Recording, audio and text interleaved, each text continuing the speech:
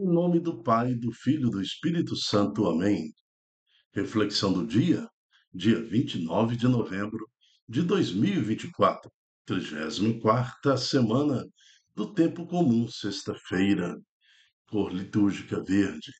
Santo do dia, São Francisco Antônio Fazani, verdadeiro ministro franciscano. Século XVII, Itália. São Francisco Antônio Fazani nasceu em Lucera, na Itália, em 6 de agosto de 1681. São Francisco Antônio apresenta-se a nós de modo muito especial, como modelo perfeito de sacerdote e pastor de almas.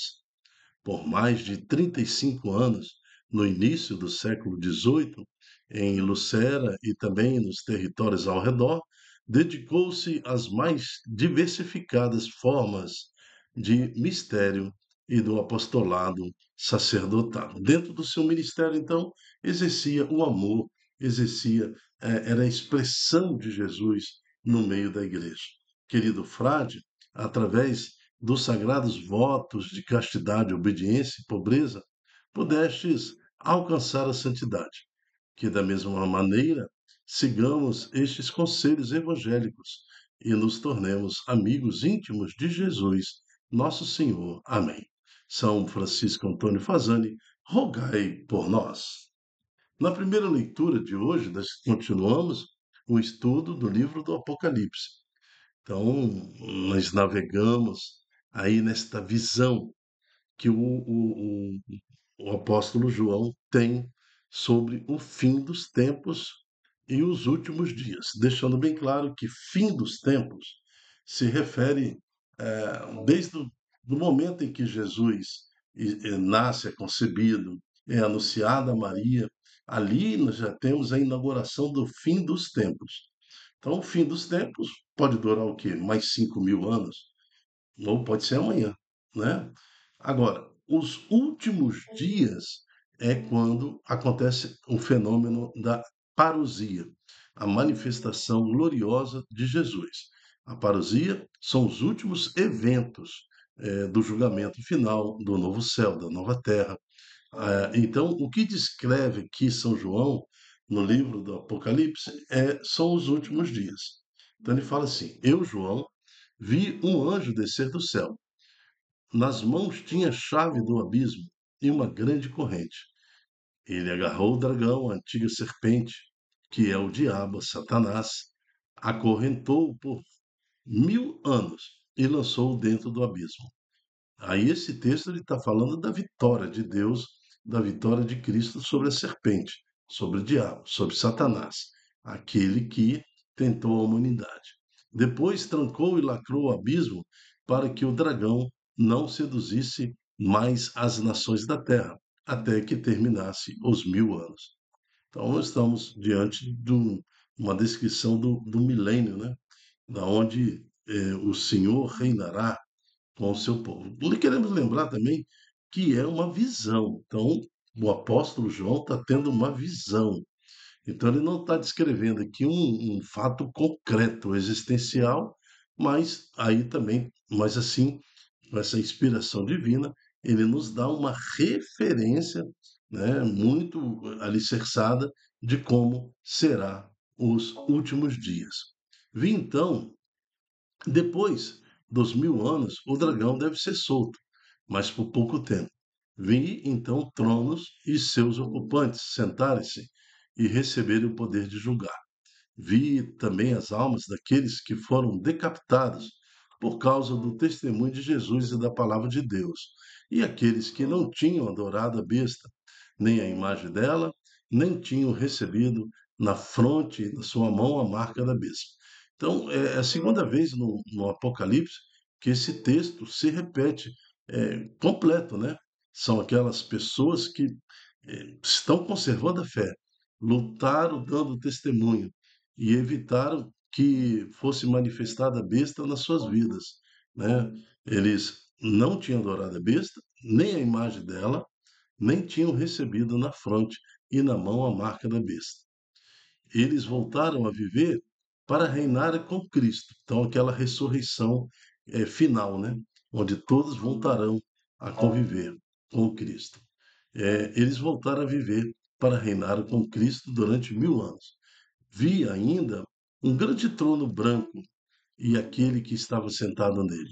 O céu e a terra fugiram da sua presença e não se achou mais o lugar dele.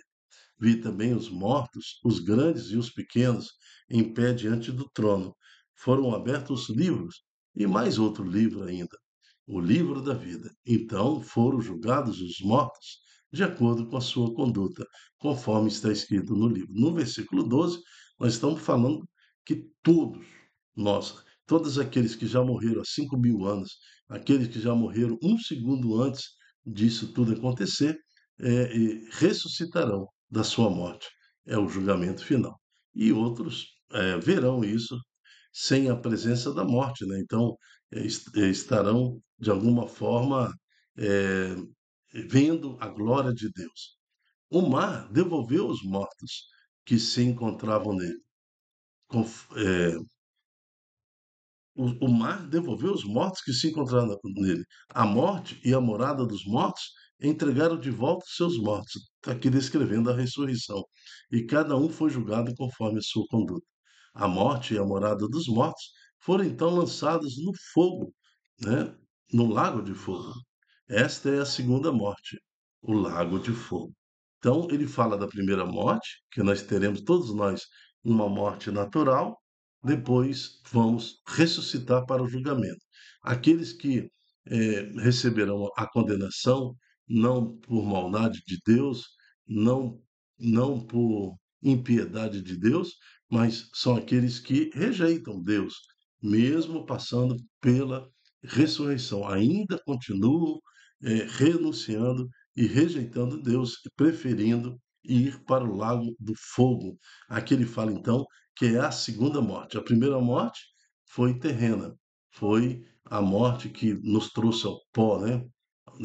Do pó nasceu e do pó retornará, mas depois a ressurreição. Mesmo na ressurreição, renunciam então o Cristo e vão receber então a segunda morte. Essa segunda morte é eterna. Então, aí nós chamamos de inferno. Esta é a segunda morte, o lago de fogo. Quem não tinha o seu nome escrito no livro da vida também foi lançado no lago de fogo. Escrever meu nome no livro da vida. Então, você tem que escrever com seus atos, com o seu pensamento, com as suas atitudes, o Evangelho segundo o seu nome. Evangelho segundo Maria, Evangelho segundo João, Evangelho segundo Antônio, Pedro, né, Fernando, Sueli. Então, você tem que escrever também o Evangelho segundo o seu testemunho, garantir que seu nome esteja no livro da vida, né? Quem não tinha o nome escrito no livro da vida foi também lançado no lago de fogo. Então, ficar em cima do muro, ser uma pessoa que não se decide nem pelo mundo e nem por Deus, né? De servir a dois senhores é impossível. São caminhos completamente diferentes. Você consegue dar um, dois passos na sua vida seguindo um e a outro, mas logo você vai ter que tirar o pé de um e seguir o outro. Então, muitas pessoas estão caindo na cilada de Satanás, seguindo os homens, seguindo as tradições mundanas, seguindo então filosofias mundanas que estão levando à prática de impurezas, à prática da libertinagem, realmente assim, sem pudor nenhum, sem nenhum tipo de resistência ou de temor a Deus, estão sendo afogados. Eu descrevi isso algumas vezes atrás. Para o inferno, você vai de escorregador, descendo uma ladeira abaixo, tudo te joga para o inferno, para a grande porta da perdição, que aqui está escrito que é a segunda morte, o lago de fogo. Agora, ir para Deus significa lutar, como aqui no versículo 12. Vi também os mortos, grandes e pequenos, em pé diante do trono, né? Aqueles que rejeitaram a sedução da serpente, aqueles que lutaram e não aceitaram a marca da besta em suas vidas. Então, é uma luta para você ir para o céu. Agora, para ir para o inferno, É só relaxar um pouquinho que você vai, a inércia vai te levando. Aí depois ele conclui aqui no versículo 15 seguinte: quem não tinha o seu nome escrito no livro da vida também foi lançado no lago de fogo. Vi então um novo céu e uma nova terra, pois o primeiro céu e a primeira terra passaram, e o mar já não existe. Vi a cidade santa, Nova Jerusalém, que descia do céu, de junto de Deus, vestido qual esposa enfeitada para o seu marido. Aqui então é, um novo céu, a nova Jerusalém, né? O próprio Deus, né, habitará no meio de nós e nós, com Deus, formaremos a sua nação de escolhidos. Palavra do Senhor, graças a Deus. Aqui então descrevemos a visão de São João, que fala dos últimos dias.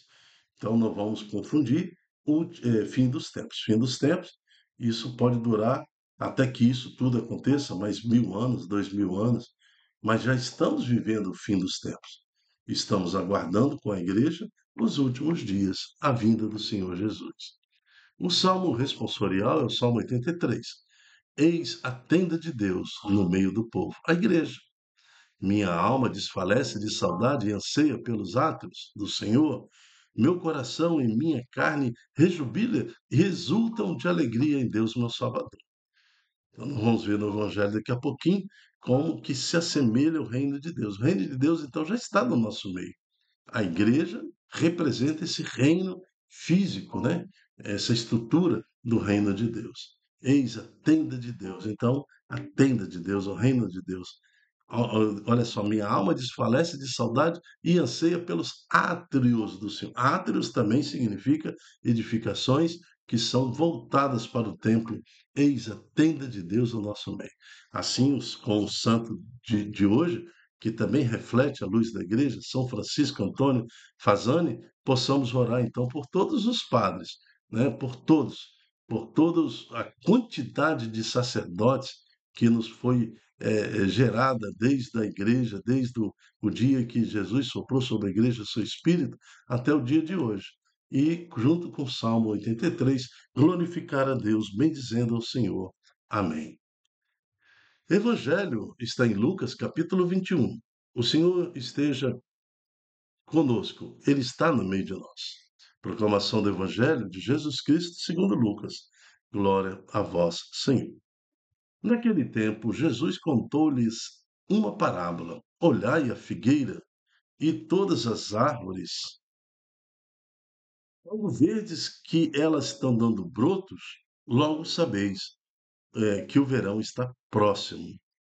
Vós também, quando verdes acontecer esta coisa, ficais sabendo que o reino de Deus está perto. Em verdade, eu vos digo, tudo isso vai acontecer antes que passe esta geração. O céu e a terra passarão, mas minhas palavras não hão de passar.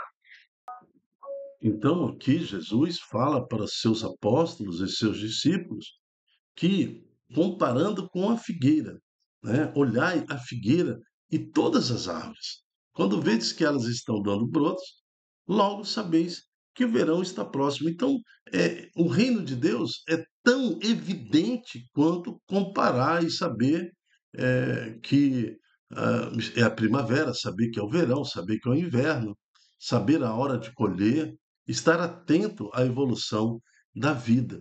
Então, aquele que vive realmente a sua fé em Jesus Cristo, ele está à espera, ele está aguardando os tempos. O mundo está dando sinal de que os fins do tempos estão acontecendo, né? Está chegando a hora dos últimos dias. Então, nós temos a apostasia, ou seja, o abandono da fé, como um grande sinal dos últimos dias, onde nós estamos muitos estão abandonando sua fé não por pressão política, ideológica, não, estão simplesmente desacreditando. Então, cada pai, cada mãe que não passa para os seus filhos a herança da fé, está contribuindo para a apostasia das gerações futuras. Então, o abandono da fé. Então, olhai a figueira e todas as árvores. Quando vedes que estão dando brotos, logo sabeis que o verão está próximo. Ou seja, pelas evidências. Quando eu ligo a televisão e começo a ver guerras, assaltos, começo a ver programas ou toda essa manipulação da mídia, das redes, fixando em ideologias que não são de acordo com o que pensa Santa Mãe Igreja, ou o que pensa Santa Doutrina Cristã, ou Santa Palavra de Deus, é a Santa Tradição, você vê também que há uma corrupção dos valores de moral, os valores comportamentais, que contrariam aí a vontade de Deus para cada um de nós. Então, são sinais evidentes de que os últimos dias, que faz parte do fim dos tempos, está por acontecer. Olha o versículo 31. Vós também, quando vides acontecer estas coisas, ficais sabendo que o reino de Deus está próximo. Então, o reino de Deus já faz parte dos últimos dias. Agora, essa proximidade é que se concretize tudo aquilo que foi lido nos últimos dias, referente aos últimos dias, conforme nós lemos ali na primeira leitura. Em verdade vos digo. Olha, Jesus está confirmando agora. Tudo isso vai acontecer antes que passe essa geração, né? O céu e a terra passarão, mas as minhas palavras não hão de passar. Então, esta geração, Jesus está falando, aquela geração e a nossa geração, esta geração, tá? Então, essa expectativa imediata da volta de Jesus nos é salutar. Que são 2021 anos para Deus? Nada, exatamente nada. Estamos aguardando a segunda volta de Jesus da mesma forma que os apóstolos aguardavam seus discípulos ali também, logo após a ressurreição do Senhor. Eles achavam que Jesus voltaria imediatamente. E assim a igreja também pensa. Sempre a igreja está pensando que hoje Jesus vai voltar. Toda missa fala: Vinde, Senhor Jesus. Sempre que você vai numa missa, você está celebrando essa expectativa da volta do Senhor Jesus, do julgamento final e de tudo o que foi anunciado na Santa Palavra. Até a morte de Jesus, antes de morrer, ele falou: tudo já foi consumado. Ou seja, todas as profecias já foram realizadas. Agora é hora de o Senhor habitar no nosso meio, é hora do Senhor se manifestar em poder e glória. Agora, se Deus, por sua misericórdia, entendendo no tempo cronológico, humano, está guardando 21 séculos para isso, bom, vamos entender isso como um ato de misericórdia de Deus. Mas 21 séculos para Deus não é nada. Não passa de um flash, não passa de um microsegundo. Então, é nada, não é tempo nenhum. Não caia na ilusão deste mundo de falar que Jesus está demorando a voltar. Ele não vai voltar. Então, por isso, eu vou saborear a vida e depois haverá consequência, que é a segunda morte, conforme foi lido na primeira palavra de hoje. Então, pedimos a Deus, acima de tudo, a intercessão de São Francisco Antônio Fazani por cada um de nós, para que possamos realmente vivermos sendo amigos íntimos de Jesus, pois os fins dos tempos estão aí. E o Senhor, com a sua misericórdia no Espírito Santo, nos dê a perseverança também para guardar os últimos dias. Vinde, Senhor Jesus. Eu me chamo Dilton Góes. O nosso projeto chama-se É de Mim Se Não Evangelizar. Seja você também um evangelizador. Multiplique em suas redes sociais este ensino, esta palavra, esta pregação, para que mais corações estejam como o nosso, aguardando a volta do Senhor Jesus. Até a próxima, se Deus quiser. Tchau, tchau.